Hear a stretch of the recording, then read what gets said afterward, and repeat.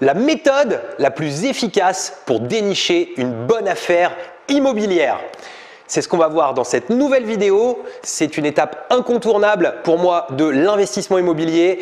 Je vais te parler de tout ça dans le détail, mais avant toute chose, je balance l'intro.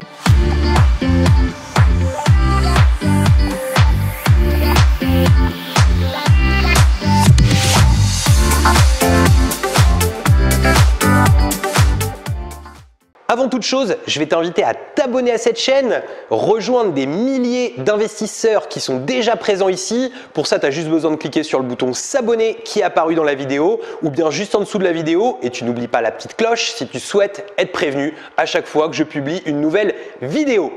Je t'ai mis aussi un lien juste au-dessus pour pouvoir télécharger mon guide de l'investissement. C'est un guide PDF qui va te permettre de pouvoir démarrer sereinement des investissements rentables. Tout à fait entre nous, c'est vraiment la partie, le fait de dénicher une bonne affaire que je préfère dans l'investissement. Parce que je trouve que quand tu arrives à dénicher cette bonne affaire, il y a une sorte d'adrénaline qui se génère en fait au moment où tu fais, où tu as la réponse, où tu as ce oui qui tombe, que tu as déniché à la fois le bon vendeur, que tu as réussi après des fois des centaines de visites, parfois même des milliers d'annonces scrutées sur le bon coin, tu déniches enfin une putain de bonne affaire. Mais avant de faire ça, il y a une action qui est incontournable à mettre en place. Lorsque j'ai démarré l'investissement, on m'a conseillé tout un tas de méthodes. Scruter le bon coin, se créer un réseau avec des agents immobiliers qui connaissent vraiment bien le terrain. Tout ça, c'est vrai que c'est des choses qu'il faut que tu essayes de mettre en place. Mais c'est pas ça qui va faire l'excellente affaire. C'est-à-dire, tu sais, la putain de bonne affaire qui va vraiment rajouter un nouvel actif à la colonne de tes revenus passifs.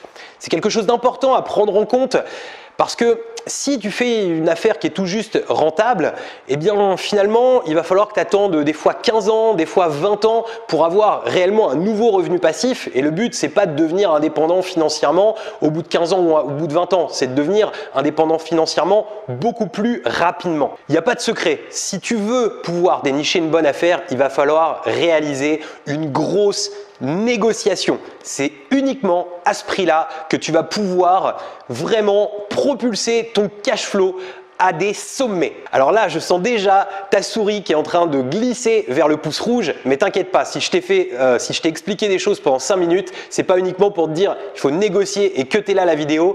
Maintenant, je vais t'expliquer exactement comment tu vas pouvoir réaliser une négociation de qualité. Concrètement, négocier, on se dit toujours que c'est uniquement proposer un prix. Mais tu vas voir que négocier, c'est bien plus complexe et bien plus fin finalement que juste le fait de proposer un prix. Et pour amener une personne à accepter ton prix, il y a des petites choses qui font vraiment la différence. Mon premier job quand je suis sorti de l'école, c'était de travailler pour une plateforme d'achat, c'est-à-dire que je travaillais auprès d'acheteurs professionnels qui s'occupaient de négocier des gros contrats de fourniture notamment, et qui du coup jouaient un rôle en permanence. Et la base de la négociation, c'est de commencer par jouer un rôle. C'est-à-dire que quand tu vas amener ton prix, quand tu vas proposer des choses, quand tu vas poser des questions, il va falloir que tu aies bien en tête que ton but, c'est de jouer un rôle. La plus grosse difficulté pour être un tueur en négociation, c'est qu'en fait, il n'y a pas de règles figées. C'est-à-dire qu'il va falloir savoir s'adapter en permanence suivant les réactions de la personne que tu vas avoir en face de toi. Mais il y a des petits trucs qui font la différence. Notamment, l'un de ces petits trucs, c'est de ne jamais donner un prix en premier.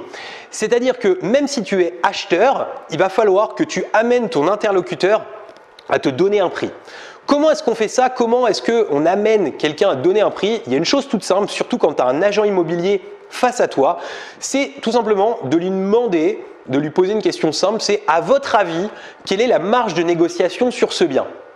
Ça va l'obliger en fait à donner un prix qui va être inférieur au prix qui va être présenté et ça va te permettre d'avoir une nouvelle base de négociation. C'est-à-dire que si par exemple tu avais un appart à 55 000 euros et qu'il te dit je pense qu'on peut à peu près négocier 5 000 euros sur ce bien, en réalité il ne faut pas prendre ça comme le fait que tu pourras aller à 50 000 euros maximum, mais plutôt que ton premier prix bien pour négocier, c'est 50 000 euros. Le prix vient de baisser par exemple là de 5 000 euros en quelques instants. Ce qu'il va falloir, c'est que tu te fixes un maximum, tu sais, un montant au-dessus duquel tu ne veux surtout pas monter. C'est-à-dire que tu fais ton calcul de rentabilité, ça on va pas en parler dans le détail tout de suite, et tu te fixes un prix maximum au-dessus duquel tu ne monteras pas.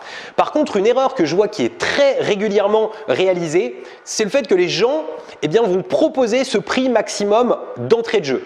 Sauf que très souvent dans une négociation, c'est du ping-pong. C'est-à-dire que tu vas envoyer une balle et puis on va t'en renvoyer une, etc.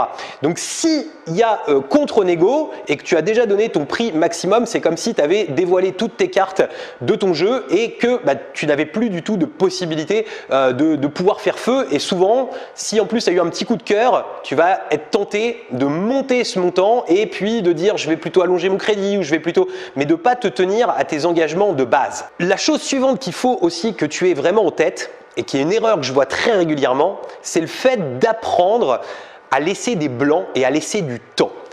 Souvent, on est très pressé et on a tendance en fait tout simplement à ne pas vouloir combler les vides. Tu sais, quand tu as un interlocuteur en face de toi, c'est un exercice que je t'invite à faire même en dehors de la négociation, c'est de laisser des blancs pour voir comment les gens réagissent et tu verras que les gens sont toujours très tentés de combler ces blancs. Si c'est toi qui combles les blancs, tu vas être tenté de dire des choses que tu n'as pas forcément envie de dire. Mais si tu laisses des blancs, tu verras que ton interlocuteur aura besoin de combler ces blancs. Je vais te mettre ça en situation plus précise. Quand tu vas amener ton prix, c'est-à-dire que donc dans la négo, on a vu que d'abord c'était l'agent IMO qui avait baissé le prix. Toi ensuite, tu vas amener le tarif le prix que tu as envie de proposer. Donc ce qu'il faut, c'est forcément l'habiller un minimum. C'est-à-dire que si tout de suite tu descends de 70% un prix sans avoir de raison, eh bien forcément ça va être beaucoup plus difficile pour l'agent immobilier pour négocier pour toi. Donc l'idée c'est d'amener ce prix en le justifiant. Mais une fois qu'il est dit, tu laisses un blanc. Le fait de laisser du temps, de laisser un blanc, c'est souvent très positif. Je vais te raconter l'histoire d'un ami. Il m'a expliqué il y a peu de temps, tu vois, ça n'a rien à voir avec l'IMO, mais en fait, on lui avait proposé un billard qu'il avait acheté. Quand on lui a proposé ce billard, la personne lui a fait une proposition par mail de prix. Lui n'avait pas le temps tout simplement de répondre et du coup a laissé le temps filer. Et en fait, il s'est retrouvé avec 3 baisses de prix pour finalement faire une excellente affaire sur ce billard uniquement parce que le temps avait joué en sa faveur. C'est quelque chose que tu peux te permettre d'appliquer également à l'immobilier, c'est-à-dire de ne jamais être pressé parce que si tu es pressé, l'agent immobilier qui est un as de la négociation en général va le ressentir et donc va réussir à te pousser plus haut que tu ne l'aurais voulu. Le dernier point que je voulais aborder avec toi, c'est le fait que tu n'achètes pas un bien, que ce soit pour tes vieux jours ou pour habiter, tu achètes un bien rentable.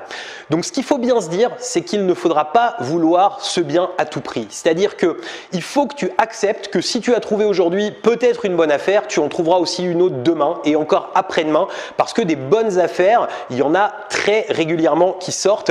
Et donc au moment où tu vas négocier, surtout n'oublie jamais ça, garde-le tout le temps en tête que cette bonne affaire, il en existera une autre et que tu n'as pas besoin de la surpayer parce que sinon, ce ne sera plus une bonne affaire.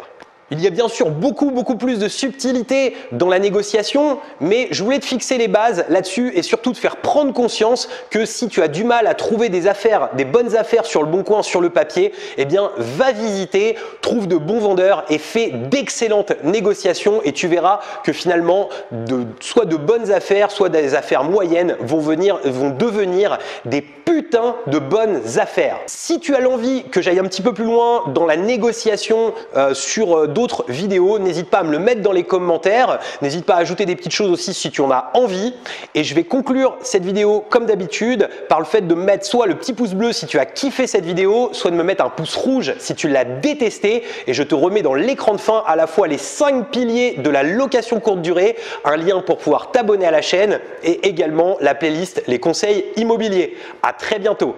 Ciao!